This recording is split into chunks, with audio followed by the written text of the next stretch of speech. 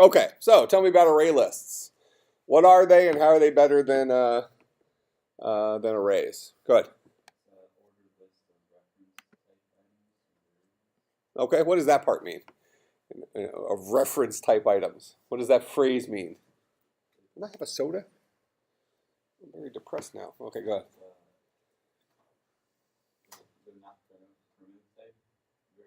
Okay, if they're not primitive type, they must be what kind of type? Object type, okay. So what does the word reference type really tell us? I want to connect that to what we've been talking about in class. Yeah. So all objects in Java, if we were to create an object, except for strings, right? Strings are that special case. Anytime we create an object, if we were to then go and print that object, like I think we did right at the end of class last time, it prints out crazy looking memory address, okay? That would be evidence of a reference type. So when the value, we expect it to be something that holds stuff, but it actually shows you the memory address where that stuff actually lives. So that would be a reference type, and maybe a synonym for us would be an object type. Okay, so it's a collection that holds holds variables, all of our kinds of variables, right? So you said it can hold primitive types and reference types?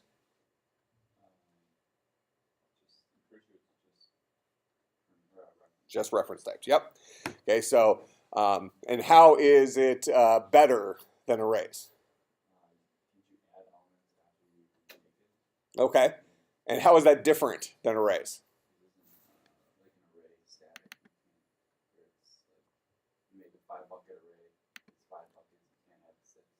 Yep, absolutely. All right, so it's resizable, right? Okay, so then this wasn't on the quiz, obviously, but how is it worse than an array? Is there any disadvantages you see to it relative to an array?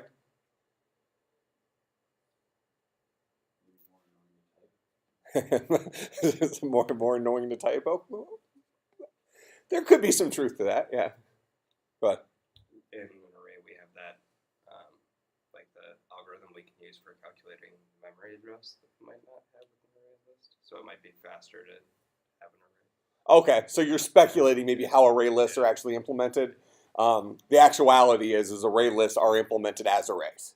So under the hood, it's just as bad. Well, we say just as bad, just as good from a speed perspective. Just as bad from a requires contiguous memory perspective. But as programmers, we don't necessarily care how it's picking, how it's pulling it off, right? When you go into Home Depot and you buy the latest, greatest, whatever, just pick your favorite power tool. You don't really care how it accomplishes it. You just like the fact that it's better than the one you used to have, right? Okay, so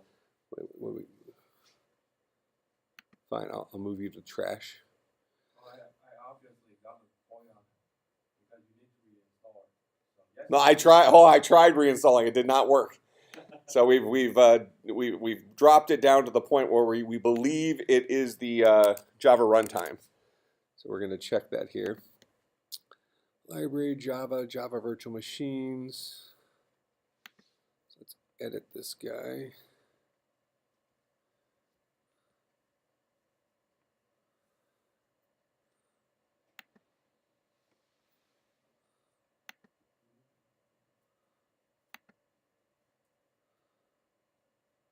Okay, here's the new one.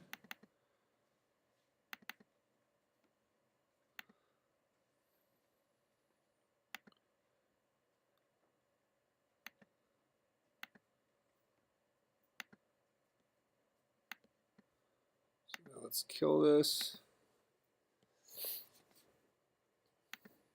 Reopen it.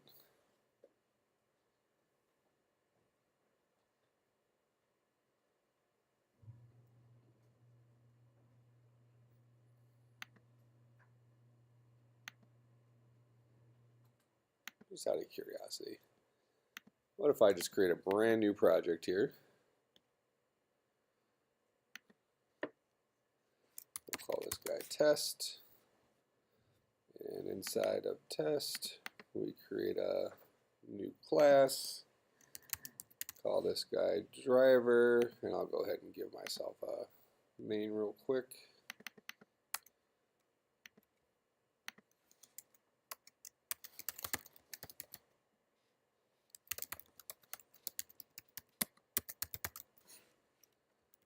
Okay, so that should be pretty much as simple as it gets, right? Nothing. Just, it has to be running. We're not getting any weird error. Is there a view that I'm not showing? Question one of the gathering. How to fix it. Who? Question one of the gathering should be how to fix it. I mean, that's right. How do you fix my eclipse at the gathering, right? Editor. Show view, that's the console.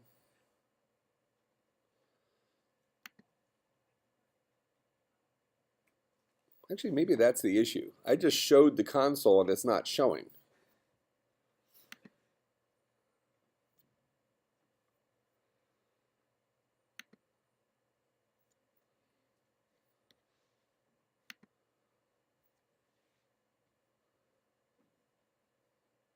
So I've lost the console. Close all perspectives. Okay.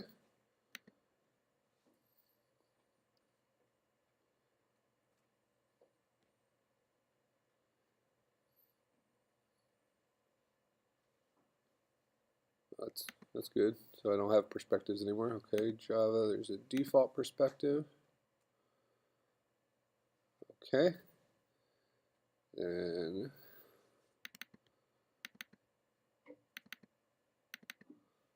there's that. There's ha! Created fire. It's caveman stuff, right? That should be the.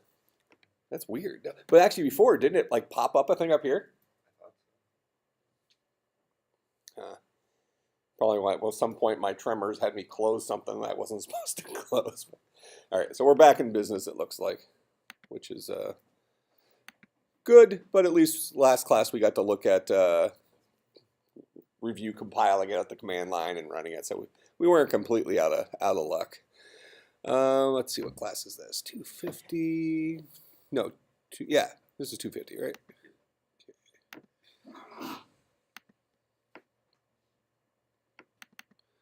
All right, there's our driver, there's our player. Let's make sure we get crazy memory address here.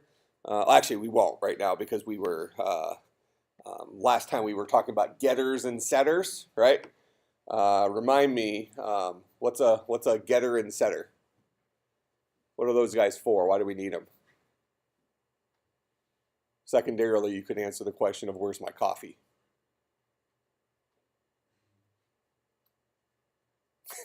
Go ahead.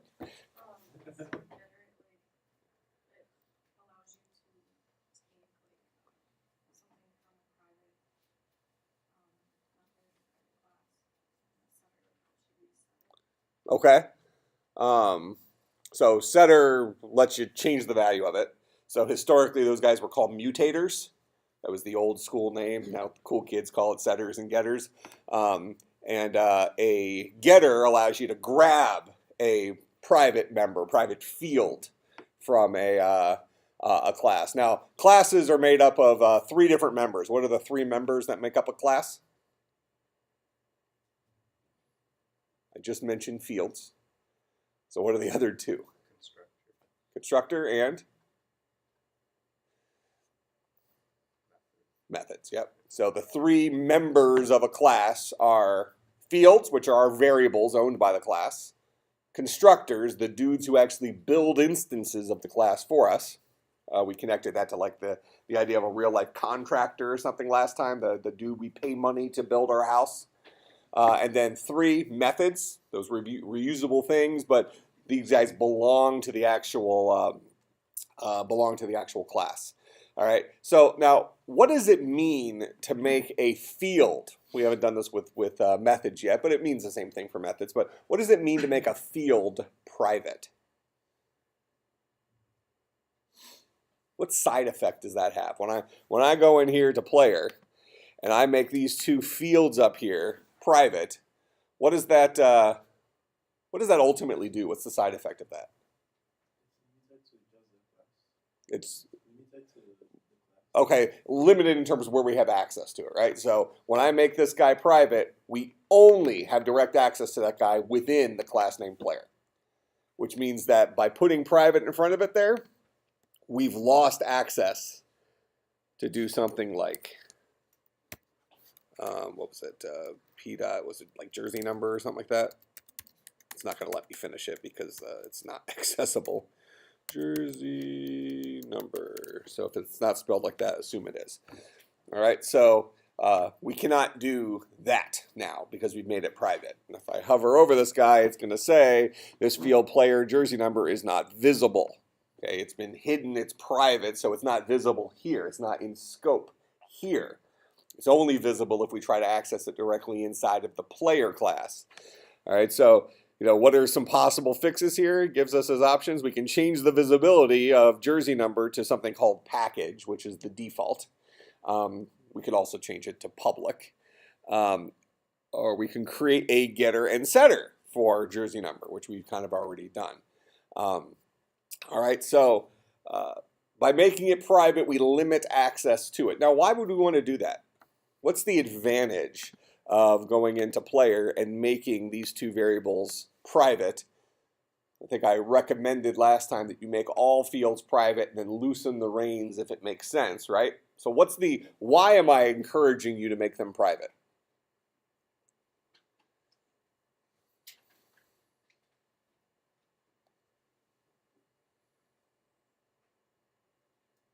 The answer can't be just because, right? There's got to be a legitimate reason for it. We talked about it last class.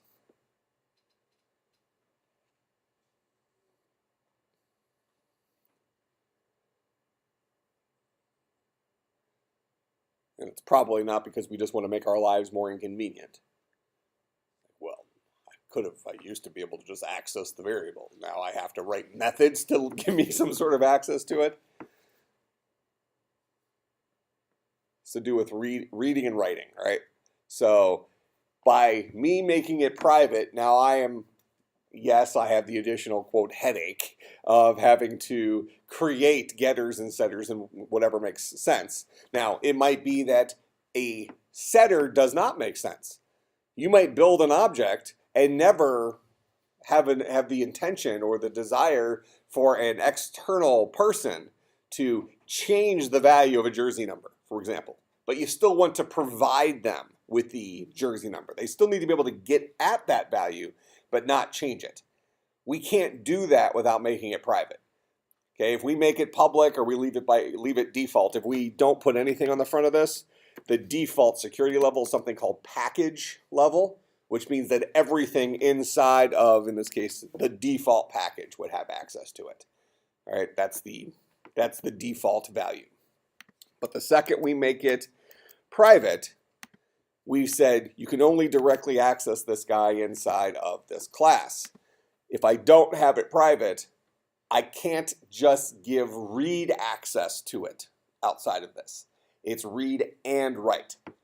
Okay, so by making this guy making this guy package or public, I'm giving full access to it. There isn't like partial access. So if I want to make sure that nobody can change the value of my variable directly, or they can't change the value of my variable, period, then I need to make it private and then only expose the value through a getter. Make sense? So it gives me more control over it. Now, having said that, if you're the only one working on your code and you're the one, so you're not worried about somebody else having to, you're not writing something you're going to give to somebody else that they're going to integrate into their project or something like that, maybe you go a little bit more of the lazy route and say, look, if I'm changing the value of jersey number, it's because I want to change the value of jersey number. And I know what I'm allowed to change it to, so why am I going to waste my time writing these getters and setters when I could just make the guy public or leave it as package level, and then I can just change it when I need to change it. If I want to get the value, I'll just call the value. No harm, no foul. There's some truth to that statement. Okay? Now, that's if you're the only one who's ever going to use your software. The reality is, especially when you get into industry and you start writing stuff, you're not the only one who's going to be using your software, right? You're going to be writing a piece of an application that's part of a larger animal, larger application. And when you write your player object here, the idea here is that you're going to hand that code to somebody else on the team who's then going to utilize your player object in the video game or whatever their whatever aspect of the software you're writing they're working on.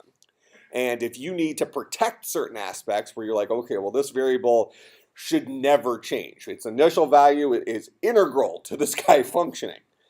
If you're going to do that, then you need to make it private and then just give them read-only access to it through a getter. That make sense? So part of the reason for this isn't for you, it's for other people who are going to be using your code. So they can't stumble. If you make it protected and then you just tell them out loud, like, hey, it would be a bad idea if you change that variable. Just hint, hint. They still could change it. By making it private, they can't unless you provide them a method to do so. Make sense? All right.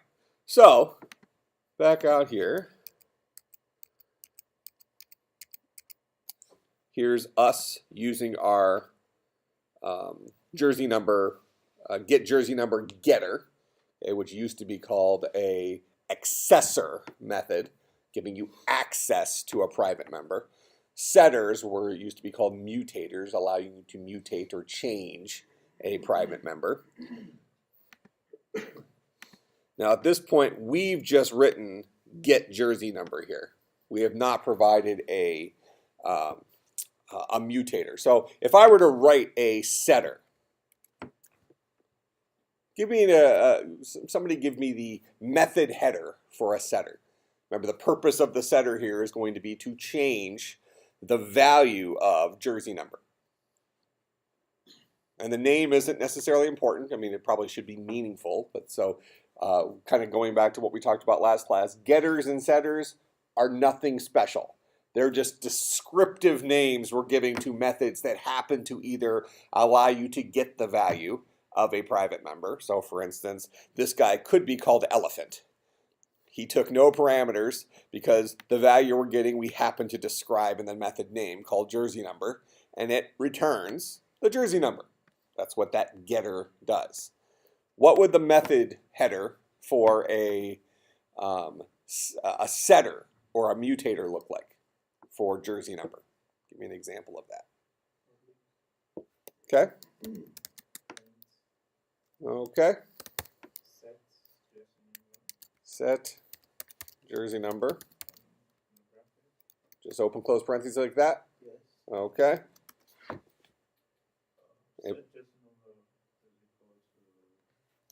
So you want to say something like this dot jersey number is equal to what?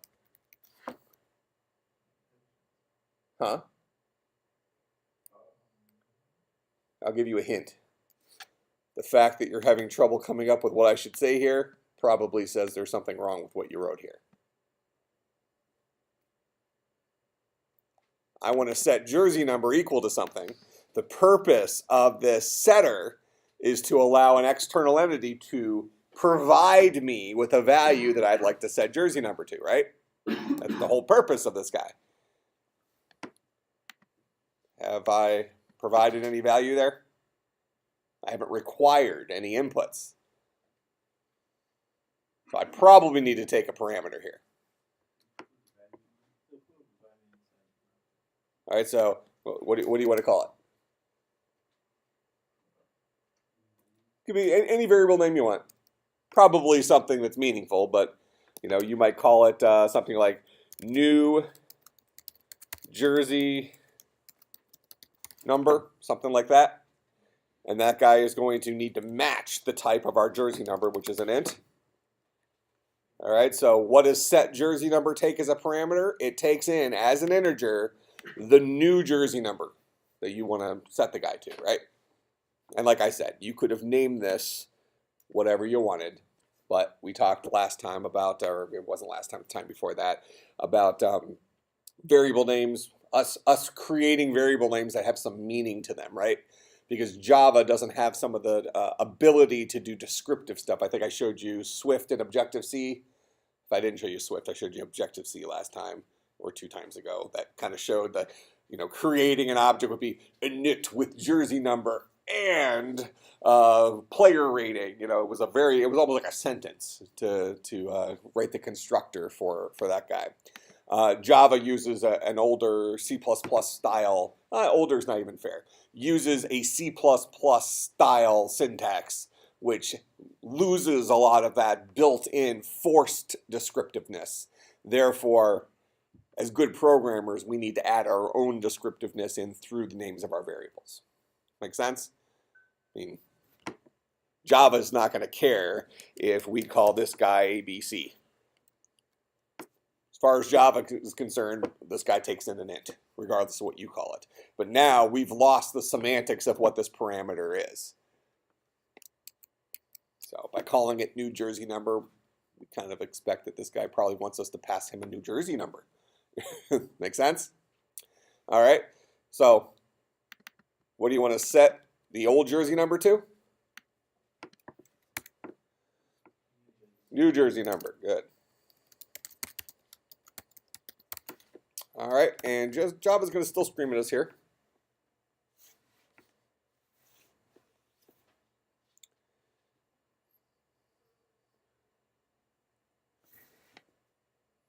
What's this guy?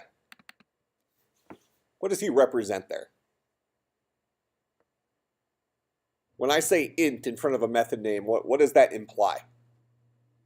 It's going to return an int. Yeah, that this method's going to return something. Specifically, it's going to return an int. This guy that I have highlighted there is the return type, right?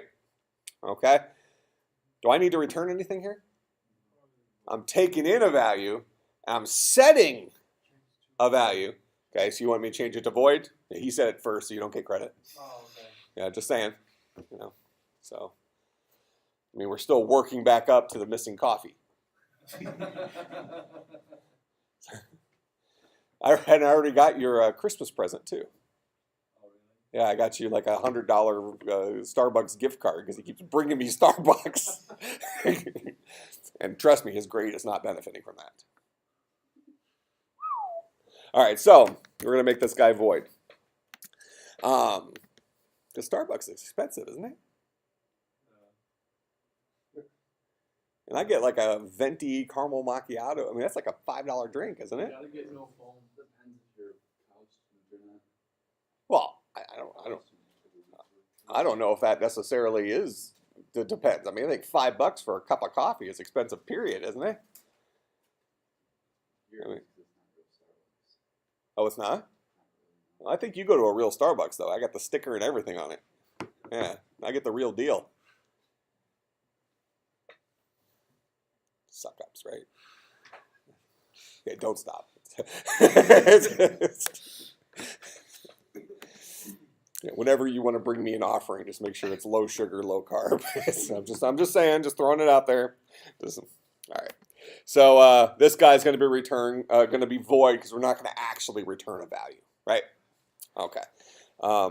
That doesn't mean we couldn't have chosen to return a value. I mean, we could have made this guy an int and then said, okay, well, I mean, here we'll spit back the new value. I'm not sure if you wanted it or not, but we'll give it to you. There's nothing illegal about that. It's all our choice, right? We chose to write a method here, and we happen to be labeling the method as a setter or a mutator method, but nothing says those guys can't return values. They just typically would not. Typically, it's taking a value, set the private member, move on with life. All right.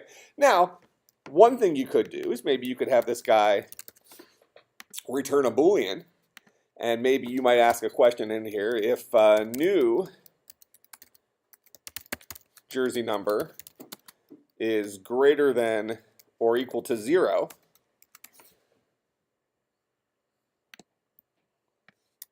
then let's go ahead and let them set it. And maybe return true, that it worked. We successfully set the value.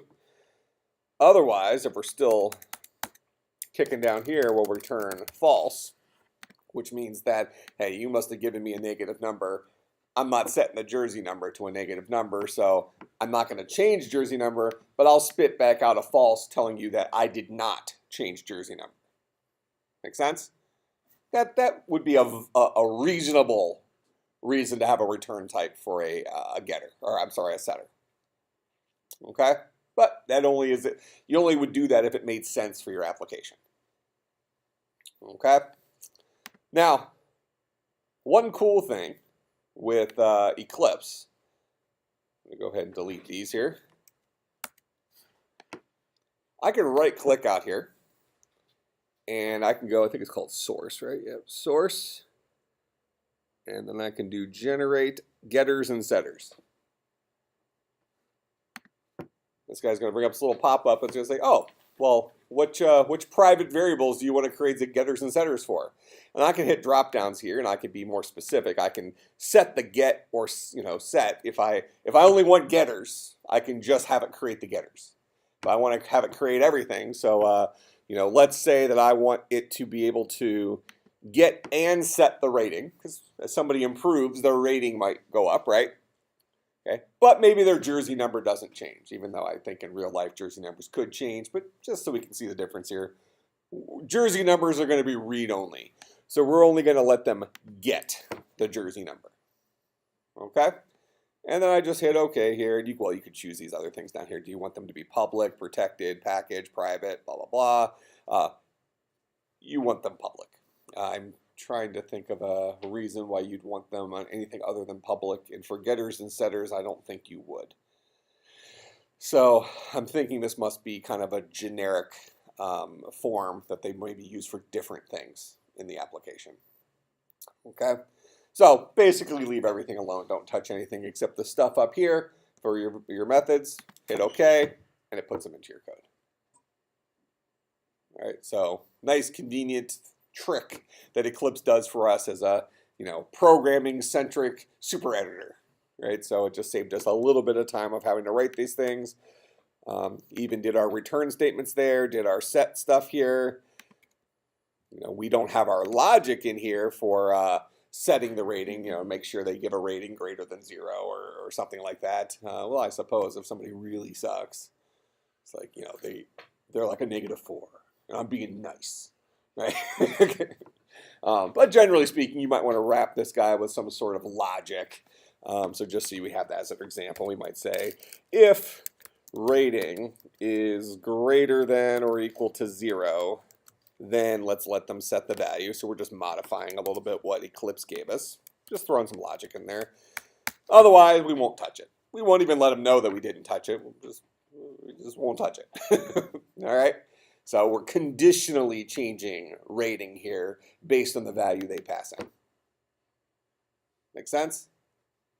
All right, so here are some examples of getters and setters, but maybe an important concept to take away from here, and I've said it several times already, but just to highlight it, is the idea that getters and setters, or accessors and mutators, these are just words we're using to describe methods that happen to do this kind of logic. There's nothing special about them. They're just normal methods. Make sense? They have return types. They have names. They potentially have parameters they take in. But the logic that they do is in line with getting the value of a private member or setting the value of a private member. We just happen to throw labels on those moves. Make sense?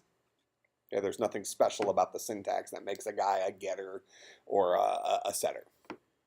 As opposed to constructors. Okay, constructors are very similar to methods. But what are two key differences of constructors compared to a traditional method? Okay, no return type. What's the other? What's another key difference? So you see the tremor going there? It's just shaking. You should see me try to eat. I throw food off my fork. It's awesome. All right, what's the other one? Same name as the class. Yeah, name must identically match the name of the class. So we don't get that flexibility of calling a constructor whatever we want in Java. Some languages we have more flexibility. I think, like I showed you Objective-C last time. Similarly, actually, not similarly, Swift. Yeah, Swift is actually kind of weird in that respect. So Objective-C allows you to name your constructors whatever you want. Naming convention typically is you name it the word init followed by a sentence describing what this guy takes. init with jersey number, integer, and player rating, something like that. So it spells it out. In Swift, constructors are always named init and then take parameters. And then it kind of gives that description inside of there. It would be jersey number, colon, what the type is. And yeah, so that's kind of weird, actually. I don't know. Maybe the word init is, well, I say maybe. It really is. Maybe. So the word init is more descriptive of what we're really doing there. We're initializing an object, as opposed to Java, where we just have this constructor that happens to match the name of the class. And as students and programmers here, we just draw that connection, like, oh, this is how we make constructors, right? Okay, so they look a lot like methods, but no return type, and the name is identical to the class name. And that's what we've done up here. So class name is player with a capital P. Here's our constructor, player with a capital P, no return type. Why is there no return type? Here, I'll move back over to this other screen where we're going to continue some code here. This line should give you all the answer you need for this. Why do constructors have no return type?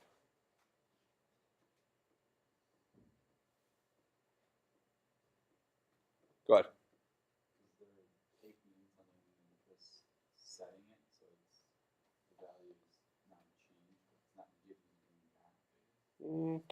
Okay. So you're saying that program does nothing?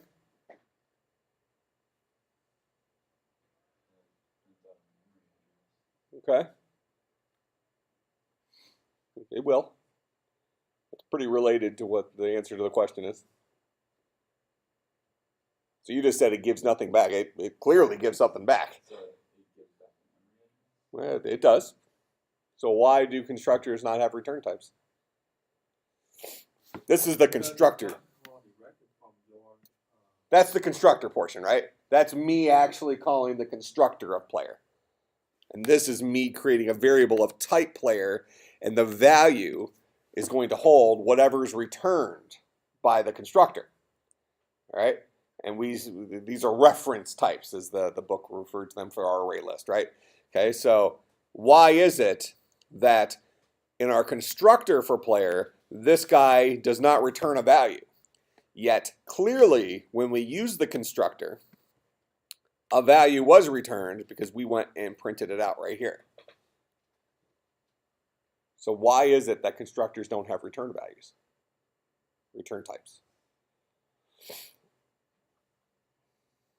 the constructor are not calling directly from your main method. I'm calling the constructor right here. Player, giving it 2 integers. Player, 2 integers. So I call it directly.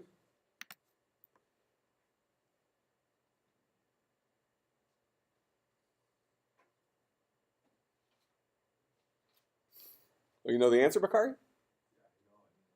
You do? You got it? You got washing clothes in your mind.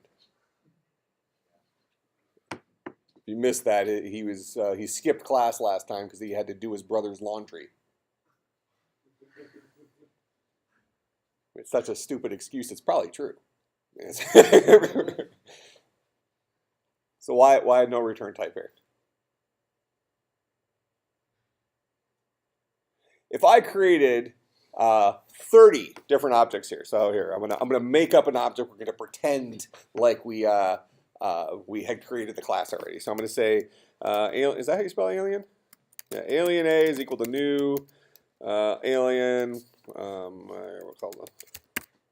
He's gonna take in the planet he comes from. This guy comes from Mars. All right, and then I'm gonna print out system.out.println A. What would print out there? A who? The memory address. Okay. Would you suspect if I make up another 30 object names, they would all print out memory addresses? Every single one of them prints out a memory address, which means that the right-hand side of this, when we call upon a constructor, always gives us a memory address. Notice that we're always calling our constructors using the new keyword. What does the new keyword do for us? It gets a memory address. It's our real estate agent goes out, finds a plot of land inside of memory to hold this house that we're building right here. So in this case, we're building a player. In this case, we're building an alien. However, whatever size footprint that dude needs to be built based on the blueprint, right? The blueprint tells us that, this is a 3,000 square foot house and it needs, this is how much land it needs. And as opposed to, Michael Jordan building a giant mansion, it's going to need a little bit bigger plot of land than what a 3,000 square foot condo is going to live on, right? Okay, so the new keyword goes out and finds the address of big enough land for the thing you're about to build. All right, but the new keyword always, always, always, always, always returns a memory address. Constructors are always called after the new keyword, 100% of the time. Okay, something that a language like Swift has actually evolved out. So Swift has kind of a motivation to reduce the number of characters that a programmer has to type for stuff. So they've made the argument that, well, since constructors always are called after the new keyword, why should we force the user to write the new keyword? Makes some sense, right? Okay. But Java, they didn't do that. New keyword always comes there. Okay. But we always, always, always, always have the new keyword before a constructor. And new keyword always, always, always, always returns a memory address. Therefore, we don't have a return type for constructors because the way constructors are used will always result in a memory address. So why put something here? If it always has the same return type, doesn't it make sense to not give it a return type? Just let Java take care of it? So that's one reason. What's the other reason? This is more of a trivia type question based on something we've said at some point over the last year. This has to do with the, let's go this route. If you were to put a return type here, what would you put in there? What would you try to put in there? We've advertised it always returns a memory address, right? So the return type would be whatever indicates that I return a memory address. I don't return an int, I don't return a char, I return a memory address. Right? That's what we would try to put in there if we could have a memory address. Well, when we transitioned from C++ to Java, what was one of the perks? What was the problem with C++? It's going back last semester. What was a weakness of C++? Go ahead.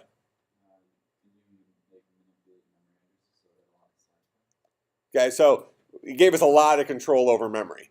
And probably the example I used last year was something along the lines of, if you were inviting me to a party, hopefully that has coffee, I'm just thinking. So it's like a morning get-together more. Okay, so if you were having a party, C++ allows you to do this. It allows you to say, hey, I'm having a party at my house tonight at 8. Here's the house. Open the door at 8. Now, that would never make sense in real life, correct? In real life, you would never hand somebody a house because it's heavy. So instead, you'd give them the address of the house, a pointer to where the house is found, because those are nice and light, and they can go and find the house in memory, find the house in town. Okay? C++ empowered the programmer to make poor decisions. All right? Because it would never make sense to hand the house. And maybe you throw never in air quotes, because you probably, especially in today's world where we have tons and tons and tons of memory, we could probably create some sort of scenario where, yeah, I realize this seems dumb, but because I want to make sure that this guy does not get changed, I'm going to give you a copy of the house as opposed to telling you where to find my house. That way, if you spray paint my garage door, I won't notice it when I get home because you were spray painting a copy. Okay. In real life, that would never happen with a house. But we can maybe come up with a convoluted example where it might make sense sometimes when memory isn't a concern of ours. But when we transitioned to Java, one of the things Java did is it took away some of the syntax that allowed programmers to make poor decisions. So they took away a special syntax for working with memory addresses. And I've referenced that some books will say that pointers don't exist in Java, when the reality is just they do. We print out memory addresses all the time. We just don't have a syntax for specifically working with those memory addresses. Make sense? All right, so that's why we don't have a return type here, because the return type would A, always be a memory address, and B, we don't have a word for that in Java. Java doesn't have a syntax for saying memory address. Okay? So we'll get rid of our alien guy here. So this is going to give us crazy memory address. Player at blah, blah, blah. Okay, so this is, actually this is somewhat evidence that that memory address is being built out of the virtual machine, not in real memory, because real system memory is going to have, a hexadecimal value like this for its index. But this memory address says it's the player at this position in the Java virtual machine's fake memory, if you will. All right, relatively unimportant for us. We don't care about memory addresses in Java, so we don't care what the address is, but we do want to be aware that since this is a memory address, and as he pointed out from the book, this is a reference type. If I were to change the value of that guy, it would have side effect. If I had a method down here that changed the value of a player's rating, and then I printed out that player up here, so if I say something like p dot get rating, all right, and then I wrote a method down here, static, let's do static void improve player, and this guy took in a player p as a parameter, okay, and what this guy did is he said p dot set rating equal to p dot get rating plus 1, so that improves him by 1 skill level, let's say. All right, so we're going to set P's rating equal to whatever P's current rating is, so we're going to get P's current rating, and then add 1 to it. That's going to be a value that's 1 larger than his current rating. That's what that will boil down to, and we'll set P's new rating to that number, and then just let that method end. Is this a class method or an instance method?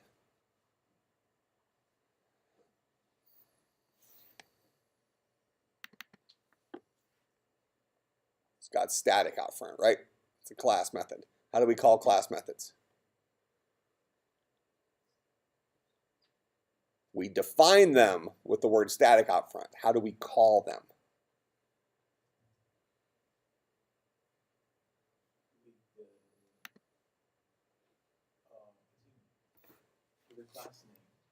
Class name. So driver dot improve player, and I'll go ahead and pass it P. So we call static methods class methods. Okay, we call those guys using the name of the class in which this method was defined. So I'll say driver dot improve player. Make sense? Even though I could have left that off and just said improve player and it would have worked. Why is that? I'm pulling a lot of pieces together now. A lot of extraneous things we've talked about we're kind of pulling together. Why does that work? Huh?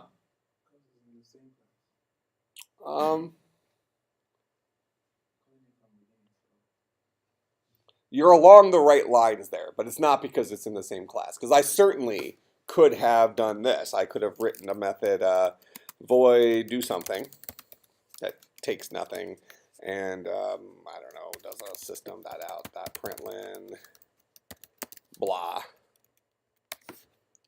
and I could not say do something here, and they're in the same class. Notice that I did not put the word static out front here. So what differentiates these two methods is one is a static method, a class method. The other one is a non-static method or an instance method. So why am I able to call improve player here without using driver dot?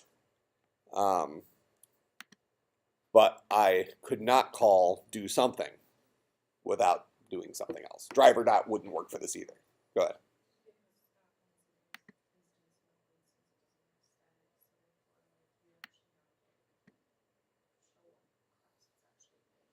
Okay, so we call instance methods, and we've only started talking about this a little bit. So we call instance methods using an instance of the class in which it was defined. We've done that with strings, right?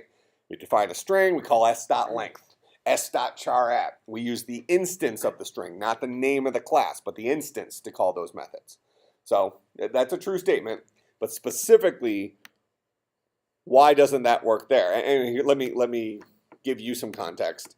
So if I wrote a method in here called void do something, it just, systems out, println, blah, it just does something. I could, in the constructor, call do something. That works. Now the question is why?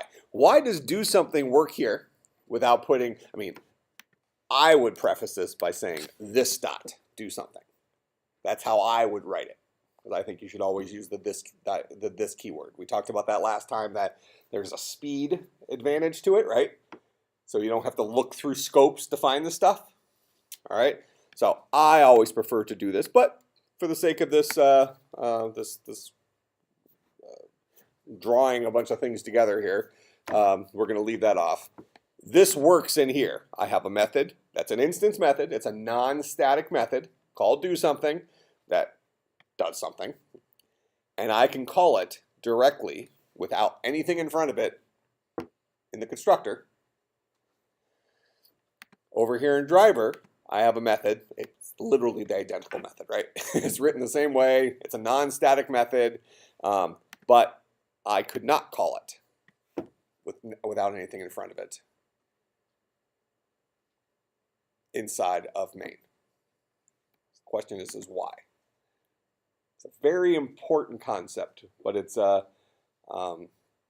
would say it's a advanced concept. So don't feel too bad if you feel completely lost right now. That's what I'm getting at. I will eventually tell you in like a couple weeks.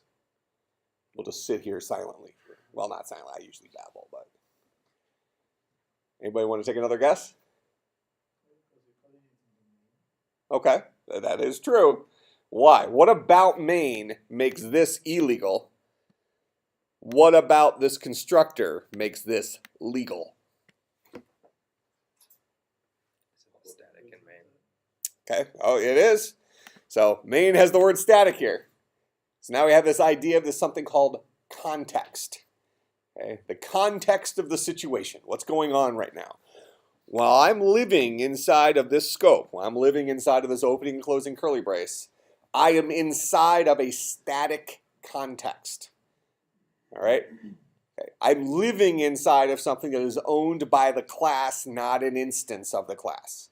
So contextually, I am living in a static world.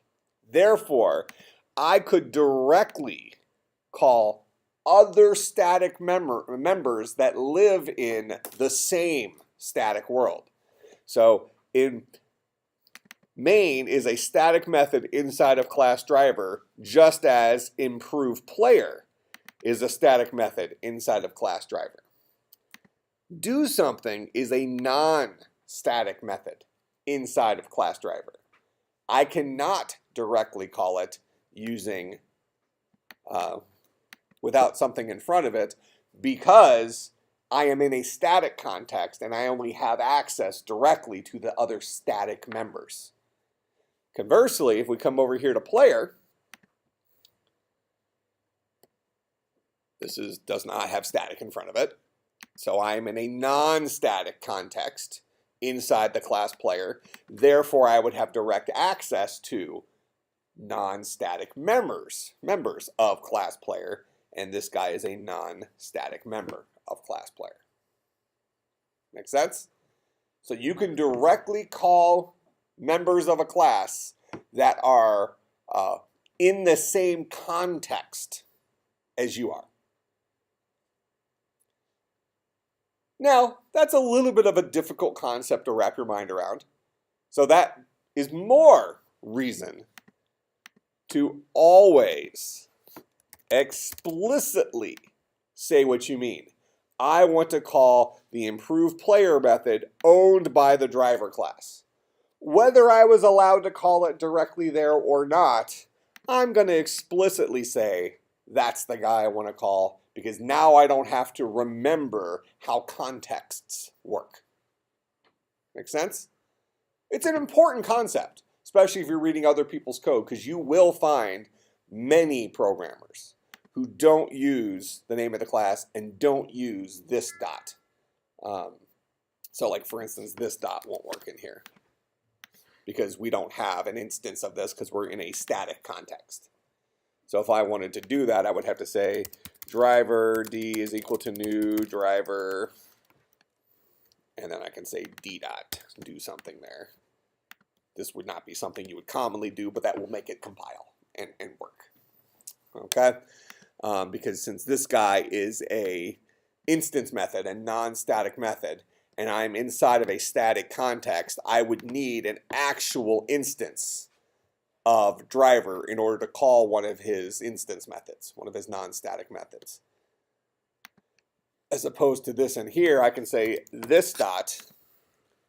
I have a variable in here called this because I'm in a non-static context, and constructors create the value this as part of it. All right, there's actually a hidden line up here where we might say something like this is equal to super. Okay, we don't see that line, but that line is there where we're right at the beginning of a constructor. We are giving value to this based on who this guy's parent is, and the parent class of player. Anybody know who the parent class of player is here? I think you read about it you read about the extends keyword at some point, right? In your book. Relatively unimportant. If you don't recall, it's not that big of a deal. This guy extends generic objects. So this guy is built in terms of object. The top level, I barely exist, but I am an object type thing. So if we're going to compare this to real life, in our mind, there's this concept of there are things, right? Things exist in this world. This is a thing. This is a thing. That is a thing. This is a thing. These are all things, right? Okay. But the idea of a thing is very generic. Okay. In order to be a thing, you just have to kind of exist, right? That's really the extent of it. It doesn't dictate color, shape, size, anything. It's just this is a thing. Object, the word object, is Java's equivalent to thing. Okay? So all of our objects in Java are things. This guy is an object. That guy is an object. This guy is an object. All right? So these are all objects. When we built player, it was assumed that we built player following all of the rules that also make this specific player a generic object. Okay?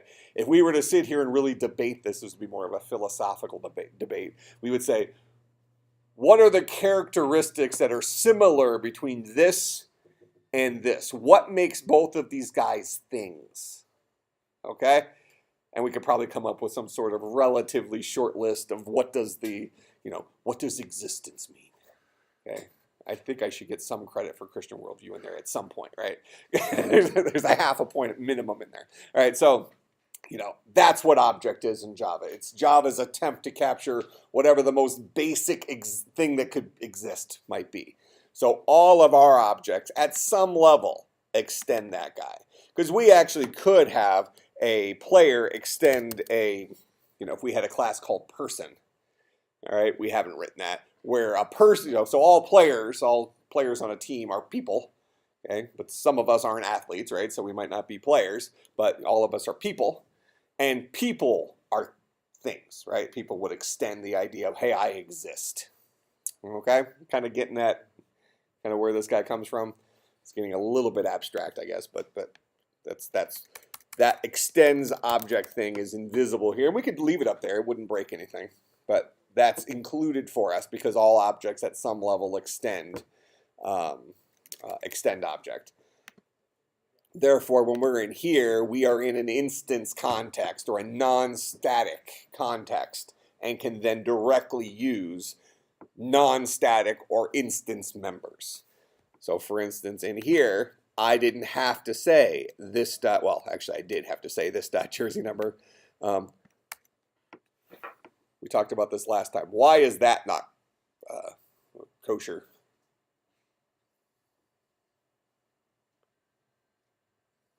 Go ahead.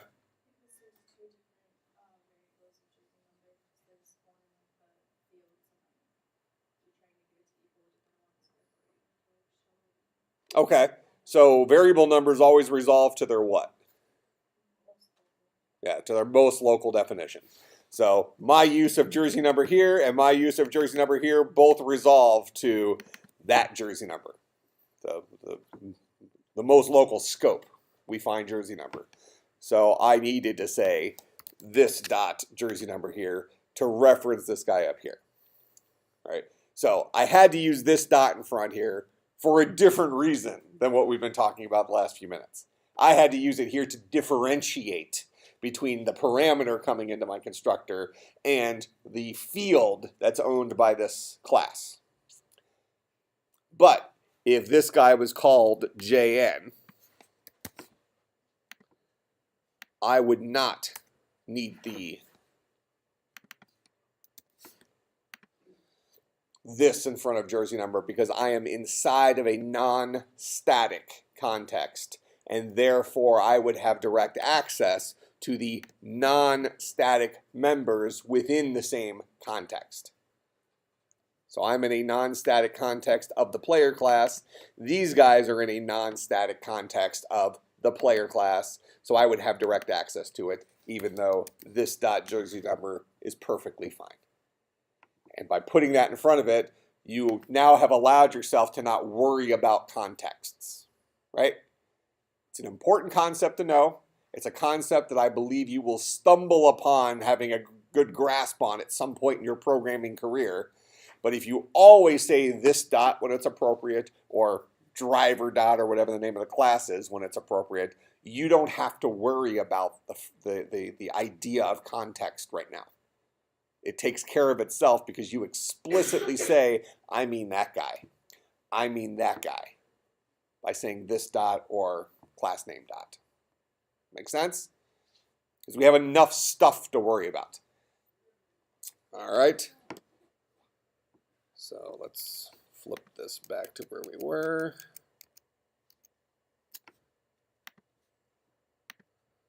All right, jersey number, rating. I think we're good there. Let's get rid of this do something thing. We have our get rating. We have our set rating. What's that? Here's our driver. Get rid of our do something. Actually, let's get rid of this guy down here too.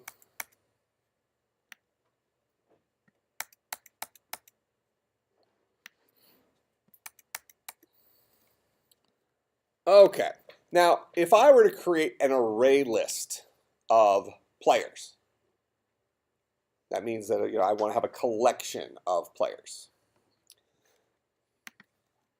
Let's start off with the idea of a collection of players. When we had our assignment dealing with players, I think we read in 5 players. Okay, so we read in 5 players. If I want to hold 5 player objects, I can say int array. Here, we'll make this guy static because we're in a static context here.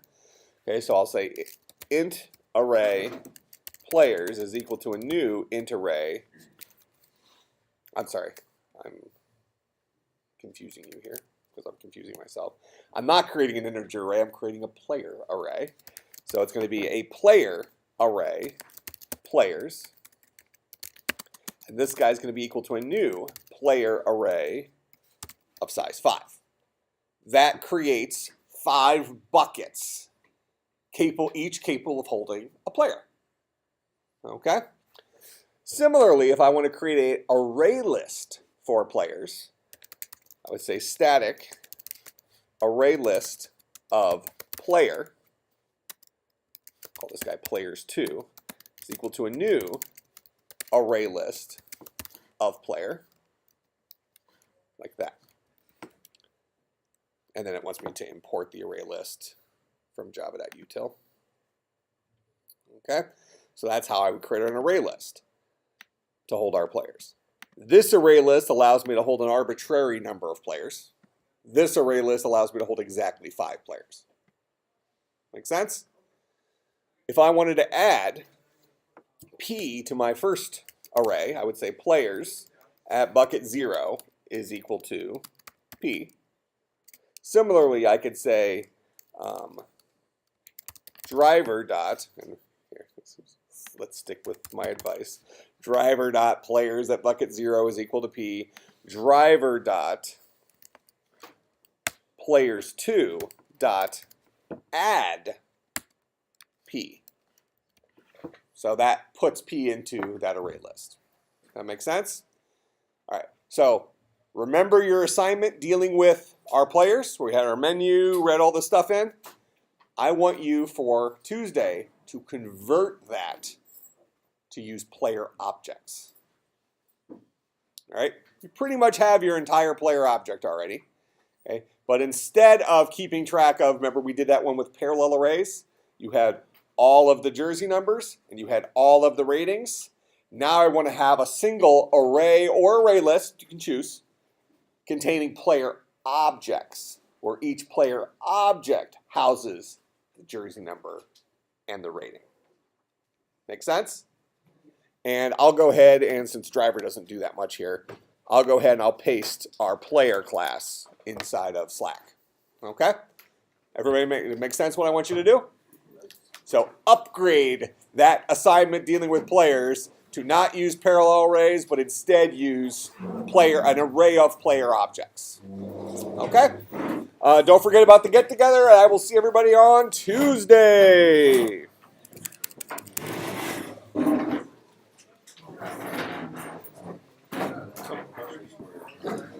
One second.